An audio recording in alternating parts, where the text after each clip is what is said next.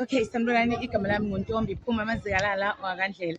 Yazi kuthi namhlanje besila empangeni e-Civic Centre la khona besithi Heal My Wounds Oh Lord. Lena ke i-organization nje esiza abantu abaningi la khona suke sizovuleleka sixoxe ngezinto ezibuhlungu esidlule kuzona. Njengoba nami phela yimina ke lona owabulawela abantwana bakhe ababili.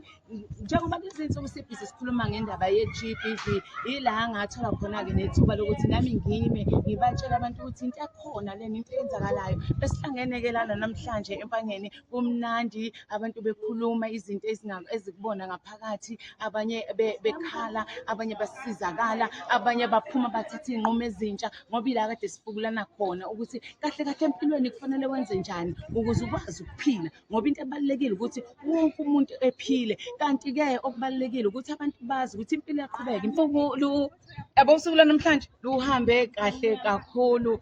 Abantu bazinikela, abantu bebahle begqoke kahle.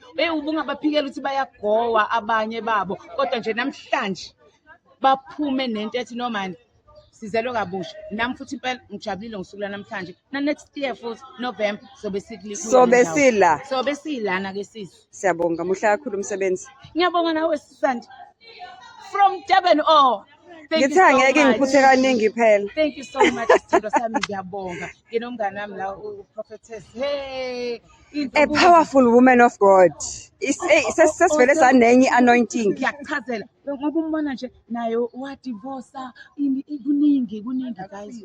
Akasemuhle. Buka ukuthi muhle kanjani. La ku Heal My Wounds la sithi khona gcina ubuhle bakho buka nje obumbona. Hayi siyabonga.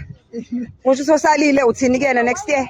Next year ngiyacela engasali. Next year sizobe sinomunye futhi ukhala sizobe sinawo. Namhlanje besi height na next year sizobe sinomunye ukhala. Sithi nje nkosami, Lord heal us. Si right nkosami. Si right ngomgo. Si right ngomgo. We've been healed, so we are healing others now. Yes. Don't miss next year. Thank you. Same time, same place, Empangi.